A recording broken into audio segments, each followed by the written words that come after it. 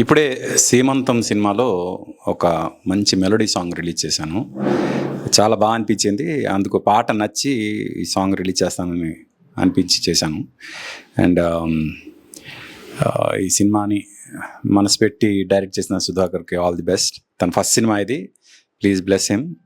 అలాగే hero Vajra and heroine Shreya వీళ్ళిద్దరికీ మంచి కెరియర్ ఉండాలని కోరుకుంటూ, ఈ పాట పాడిన శ్రీనివాస్కి ముఖ్యంగా అభినందిస్తున్నాను. ఎందుకంటే చాలా బాగా పాడాడు.